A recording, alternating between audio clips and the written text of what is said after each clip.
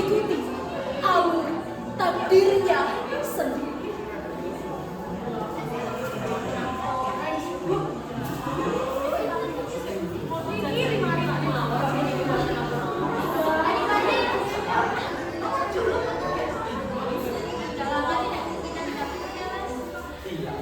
Makin lama nggak ketemu, makin cerita juga ya kamu.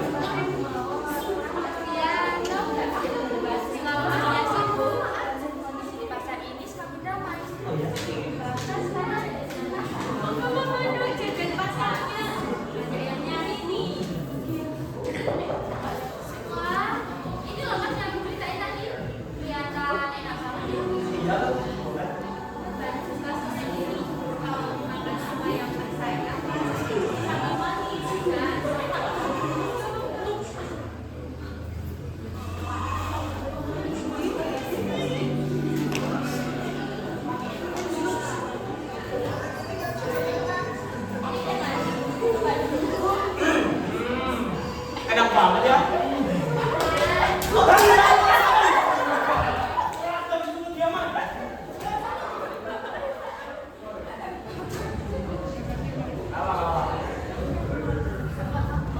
Apa mau kalian? Tadi pagi, ayo menuju ke kediaman Jenderal Satu juga. Maafin mas. Kalau tugas saudara yang memanggil.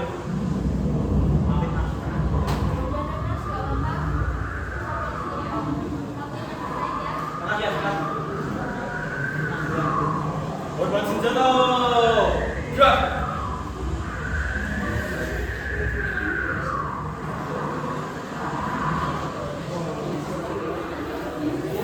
Ruang pertemuan di kediaman Jenderal malam hari terasa diselimuti suasana resmi yang gaduh, namun syarat ketegangan.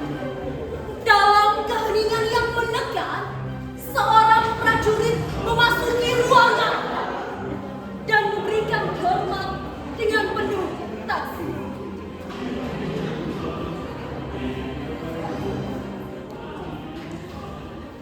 Stop.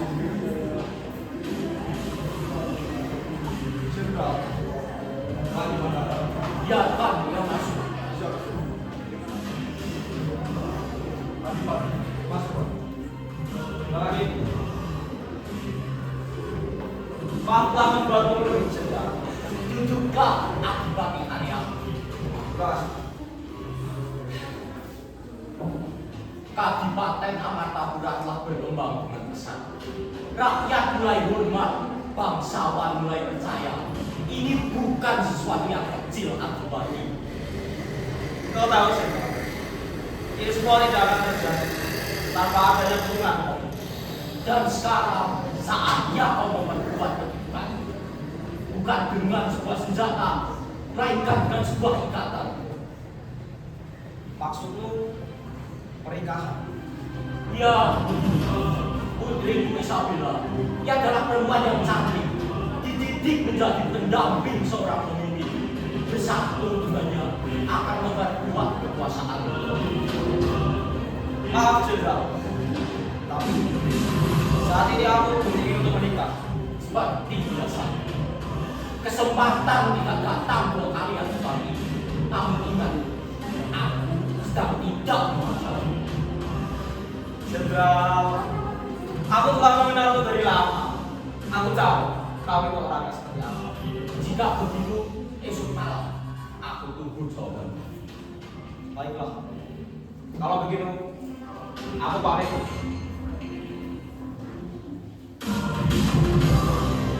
Bubar! Baik Jenderal, saya tahu apa yang akibat sebulan. Saya Baik Jenderal.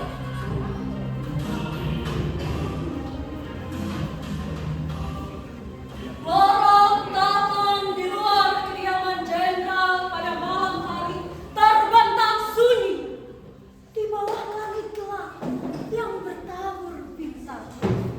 Deretan obor di sepanjang jalan berbatu memancarkan cahaya temaram, menyinari taman yang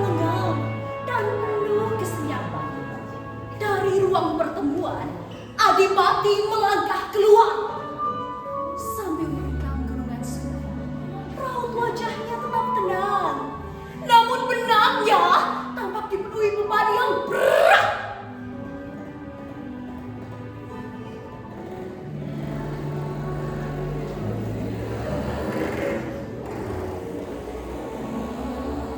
Mas Arya tunggu, Isabella mau kemana? Nona Isabella, sudah larut malam begini, kenapa masih ada keluar? Karena aku tahu Mas bakal mulai dari sini malam ini. Jadi aku menunggu. Kalau Ustazah Jenderal tahu, pasti aku tahu. Boleh menunggu, Mas. Apa itu salah? Ada kecelakaan. Mas sudah lama dari sini. Mau tahu tidak? Sama negeri rasa sangat membosankan tanpa seseorang yang bisa mengajak bicara. Tanpa seseorang. Bukankah istana ini penuh dengan orang, Nona? Yes. Tapi tidak ada yang seperti dirimu, Mas. Kau masih sama ketika kau kecil dulu. Anak kecil yang menangis ketika terjatuh dari kuda. Kalau sekarang aku jatuh, apa Mas akan tetap menolongku? Pertanyaan macam apa itu, Nona? Tentu saja. Aku akan menolongmu. Kakak mana yang tidak akan menolong adiknya ketika ia terluka? Suatu adik. Apa? Maka lihatlah, Mas. Apa ayah membicarakan hal berat lagi? Oh iya. Tidak. Hanya urusan wilayah. Kau tahu? Kalau aku bilang dia menjadi seseorang yang membantu, bagaimana? Nona, kau cukup menjadi dirimu sendiri saja. Itu sudah cukup. Baginda Jenderal mencari Anda. Pergilah sebelum ayahmu marah. Tapi kapan kita bertemu lagi? Nona, bumi kita itu bulat. Pasti suatu hari nanti kita akan bertemu lagi. Janji. Mari Nona saya antarkan. Hanya 5 detik jam yang memecah keheningan ruang.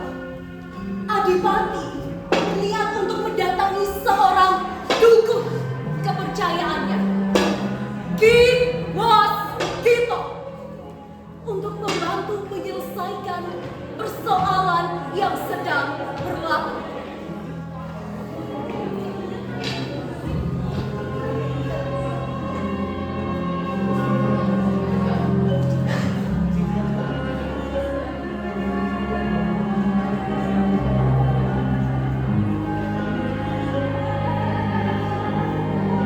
Romo ingkang saged kula bantu. Ngeten, Pak. Kula ajeng nyuwun pituduh iki. Kula sebingung. Napa kang kudu kula lakoni? Sendi Pandhawa, Adipati.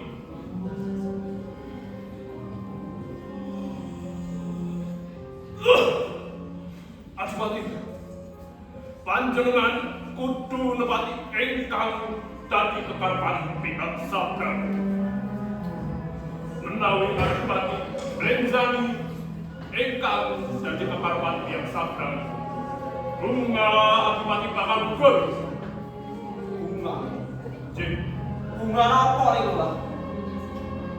saniki penglihatan abdi boten jelas. Kaya ana sesuatu kang nutupi.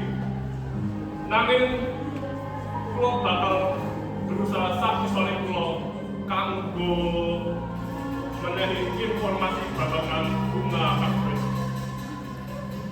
Kula. Jin, Kula pandi.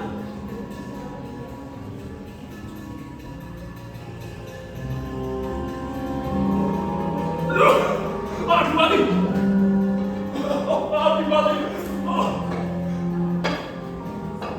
Sekar dan Laras, sahabat karibnya, melangkah pulang berdampingan setelah menyelesaikan tugas menenunnya. Di pondok desa, suasana senja yang mulai meredup mengiringi langkah mereka, menghadirkan kehangatan sekaligus ketenangan di sepanjang perjalanan.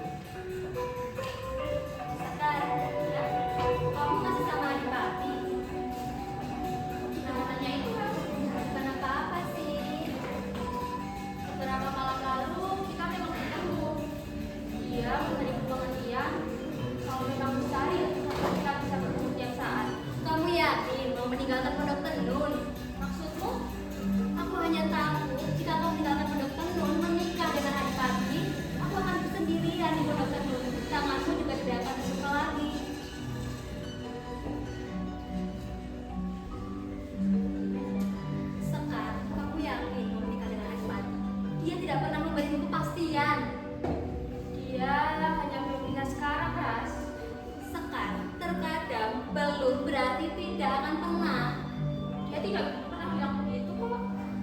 Sudahlah Sekar, aku harap kau tidak pernah berubah demi seseorang yang belum tentu memilihmu.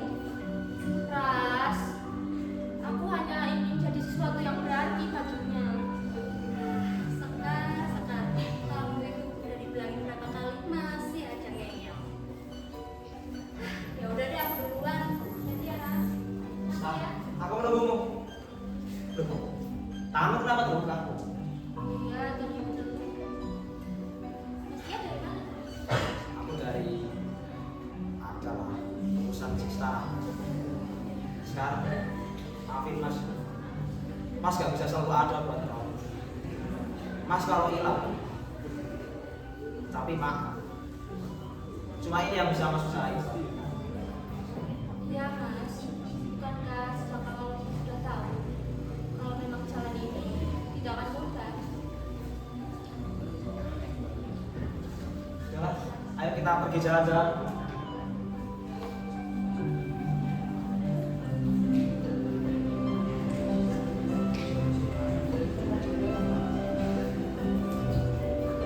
Mohon maaf Adipati, izin melapor. Maharaja telah menyampaikan pada saya untuk Adipati menemuinya secepat mungkin. Sekarang, maafin Mas ya. Padahal Mas baru saja minta maaf. Mas harus pergi lagi. Iya Mas, gak apa-apa. Ya sudah sekarang. Mas duluan ya. Tuan, tolong tunggukan langkahmu. Aku ingin menitipkan ini kepada Adipati.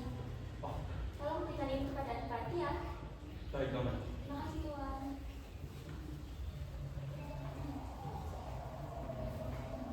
Oh, ternyata Adipati bertemu dengan wanita itu.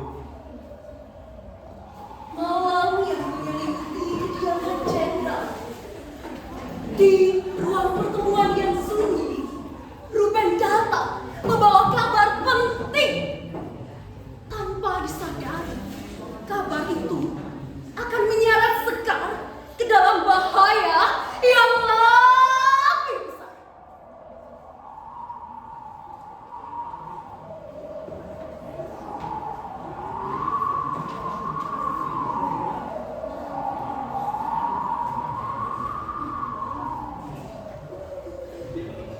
Izin laporkan Jenderal, hamba sudah mengetahui apa yang membuat Adipati susah untuk diatur. Apakah dia menyembunyikan sesuatu? Bukan Jenderal, Lalu apa? ada seorang wanita pribumi yang mendekati Adipati Jenderal. Apa maksudmu? Seorang Adipati didekati oleh pribumi. Apa yang melihat atau diri itu lakukan? Sepertinya wanita pribumi itu ingin mempengaruhi Adipati Jenderal. Dasar wanita atau malu. Siapa kau sebenarnya? Sepertinya wanita pribumi itu ingin naik tahta. Tak kusangka, mudah sekali seorang Adipati dipengaruhi oleh wanita. Jenderal harus segera mengambil tindakan tegas. Bawa dia ke tempatmu secepatnya. Oke. Baik Jenderal.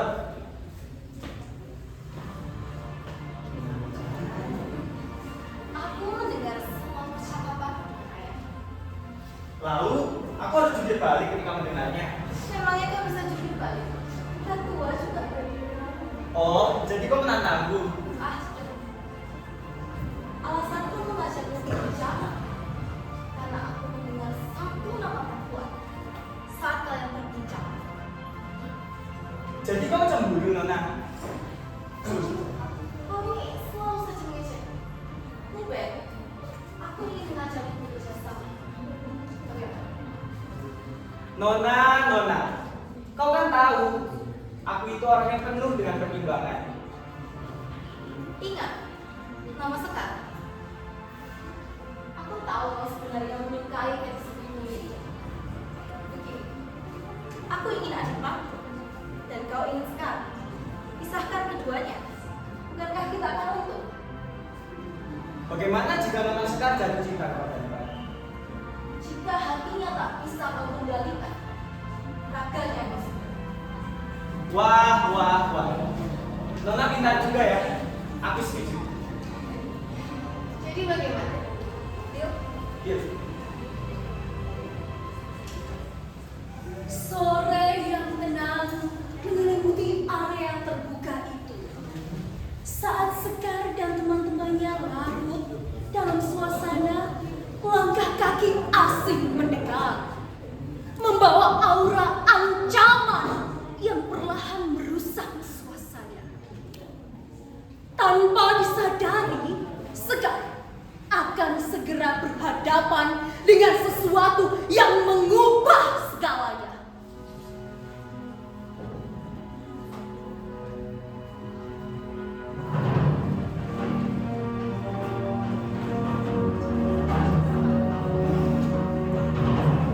Sekar Arum Wirata, seorang gadis yang memiliki kecantikan bak bunga. Wajar kalau bangsawan jadi cinta bak. Siapa kau? Bagaimana kau bisa tahu tentang Adipati? Kau tidak perlu khawatir, Nona. Aku tidak akan menyakiti wajah secantik diri.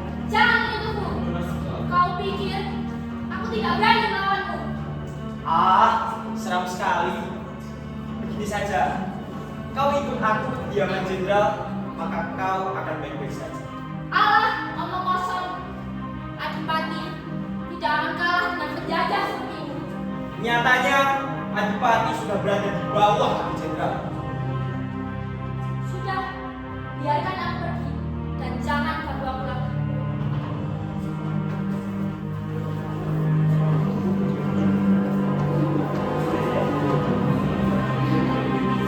Kesadaran Sekar kembali perlahan. Kepalanya masih berat. Nafasnya tersengal di balik kain yang membungkam mulutnya. Saat matanya terbuka, ia langsung menyadari satu hal, bahwa ini bukanlah tempat biasa.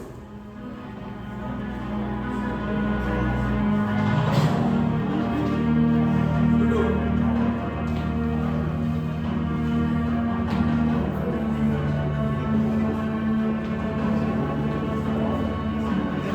Disuruh laporkan, Jenderal.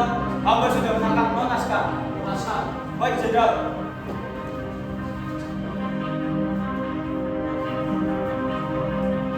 Lepaskan aku! Apa maumu?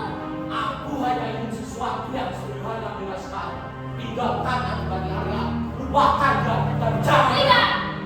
Biarkan aku menyelesaikan kalimatku. Aku tak perlu tahu.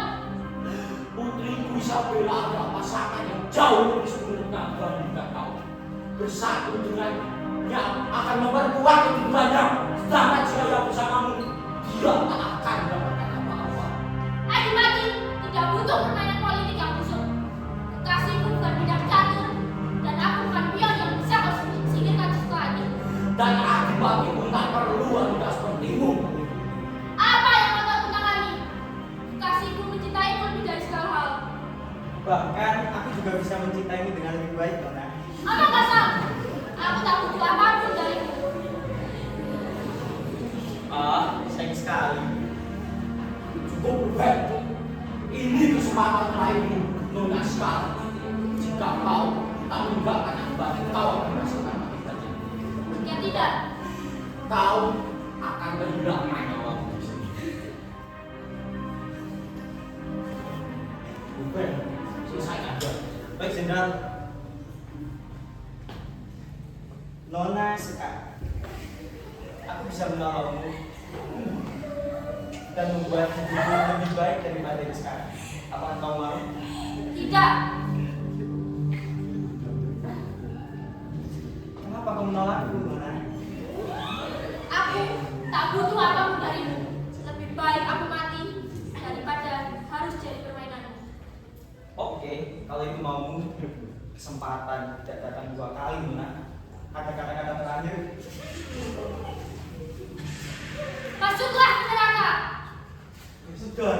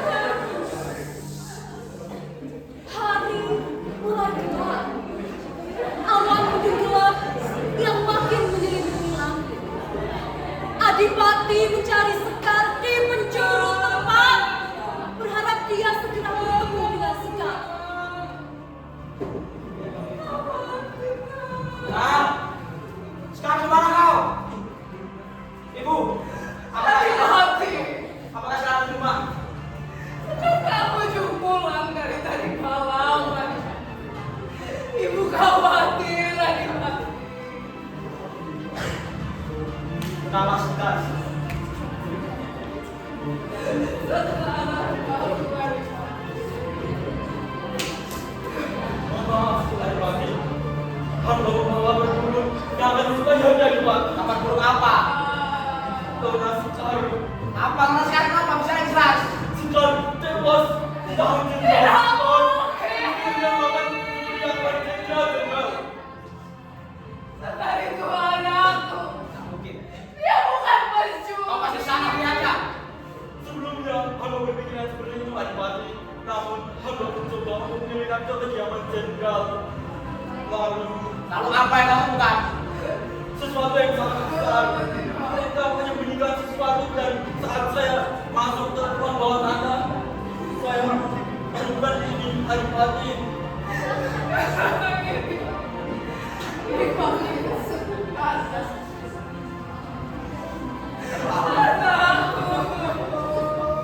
Pahat kau Jenderal Victor! Jangan Adipati. Nyawa, apabila kau harus berbahaya dengan nyawa. Jangan, kau akan bicara lagi. Aku tak ada lagi. Siapa yang mulai itu? Balai Rung utama kediaman jenderal di malam hari. Hujan turun deras di malam. Jenderal duduk di kursi utamanya. Ia dikejutkan dengan pintu yang terbuka keras, dengan Adipati yang menerjang penjagaan para prajurit.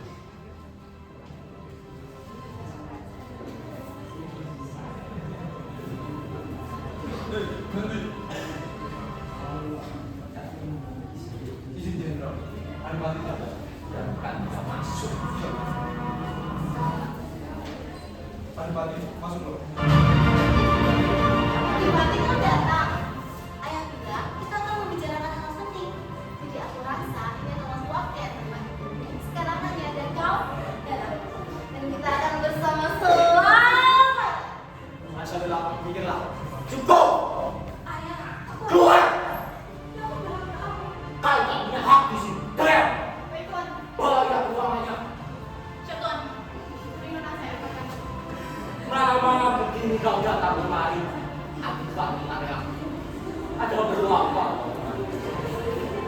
Sekar telah diangkat. Aku. Jangan kotori nama. Dengan bela sungkawa semua itu. Kenapa kau tiba-tiba menunjukku? Adipati. Kau pikir aku bodoh? Kau menanam Sekar. Kau membunuhnya di bawah kekuasaanmu. Dan kamu dipikirin seolah kau tak tahu apa. Sepotong kain bukanlah gunting Adipati. Jadi benar. Ini semua adalah ulah.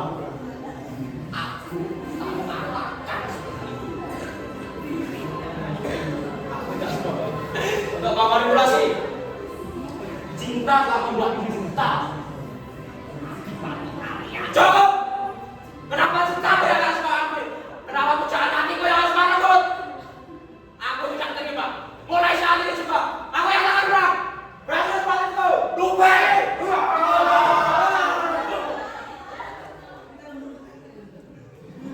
Bagus! Biar kita berakhir yang menyaksikan. Siapa yang layak memimpin?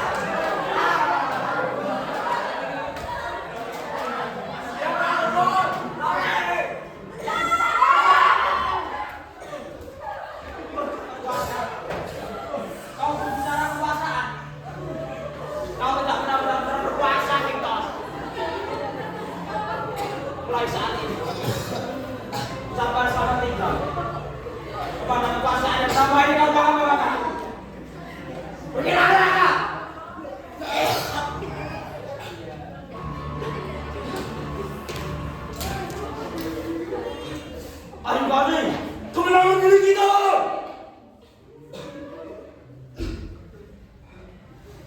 Tetapi sebelum semuanya itu terjadi, sekarang semakin dititipkan kepada hamba bunga ini. Ia berpesan supaya engkau menjaga bunga ini sebagaimana engkau menjaga Sekar Adipati. Apabila Sekar tak semakin bertemu denganmu, maka bunga ini lahir akan sampai di tanganmu.